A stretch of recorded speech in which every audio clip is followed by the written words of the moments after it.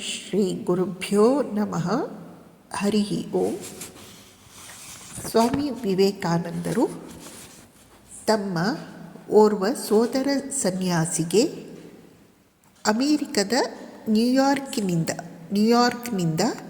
25 September 1894 25 September 1894ರಂದು ಬರೆದ ಪತ್ರದ ಒಂದು ಭಾಗ ಹೀಗಿದೆ.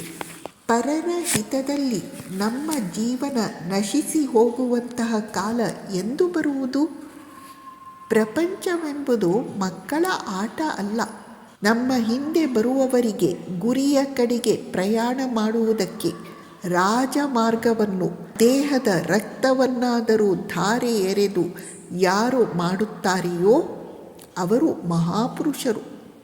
ಜಗದ ಆದಿಯಿಂದಲೂ ಹೀಗೇ ನಡೆಯುತ್ತಿದೆ. ತನ್ನ ದೇಹವನ್ನು ಅಡ್ಡಲಾಗಿಸಿ ಸೇತುವೆಯನ್ನು ಒಬ್ಬ ಕಟ್ಟುವನು. ತನ್ನ ದೇಹವನ್ನು ಅಡ್ಡವಾಗಿ ಇರಿಸಿ ಸೇತುವೆಯನ್ನು ಒಬ್ಬ ಕಟ್ಟುವನು. ಇದರ ಸಹಾಯದಿಂದ ಸಾವಿರಾರು ಜನರು ಸಂಸಾರವೆಂಬ ನದಿಯನ್ನು ದಾಟುವರು. ಏವಮಸ್ತು ಏವಮಸ್ತು. ಶಿವೋಹಂ ಶಿವೋಹಂ. ಹಾಗೇ ಆಗಲಿ, ಹಾಗೇ ಆಗಲಿ. ನಾನೇ ಶಿವ, ನಾನೇ ಶಿವ. ಸ್ವಾಮೀಜಿ ನಿಸ್ವಾರ್ಥತೆಗೆ ಎಷ್ಟು ಪ್ರಾಮುಖ್ಯತೆಯನ್ನು ಕೊಟ್ಟಿದ್ದಾರೆ ಎನ್ನುವುದು ಈ ಮಾತುಗಳಲ್ಲಿ ವ್ಯಕ್ತವಾಗುತ್ತದೆ. ಇನ್ನೊಬ್ಬರಿಗೆ ಒಳ್ಳೆಯದನ್ನು ಮಾಡಲಿಕ್ಕೆ ನನ್ನ ಜೀವನ ಸವೆದು ಹೋಗಬೇಕು. ಆ ಕಾಲ ಬರುವಂತಾಗಬೇಕು.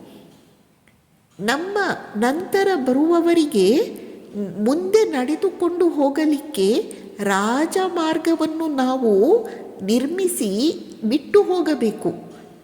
ಆ ರಾಜಮಾರ್ಗವನ್ನು ಯಾವ ರೀತಿ ತಯಾರಿಸುವುದು?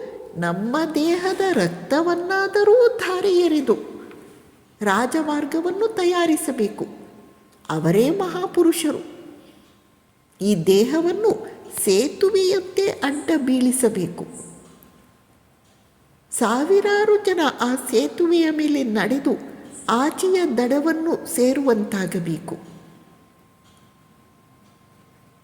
ಎಂಥ ಅದ್ಭುತವಾದ ಕಲ್ಪನೆ! ಸ್ವಾಮೀಜಿ ನಿಸ್ವಾರ್ಥತೆಗೆ ಎಷ್ಟು ಪ್ರಾಮುಖ್ಯತೆಯನ್ನು ಕೊಟ್ಟಿದ್ದಾರೆ.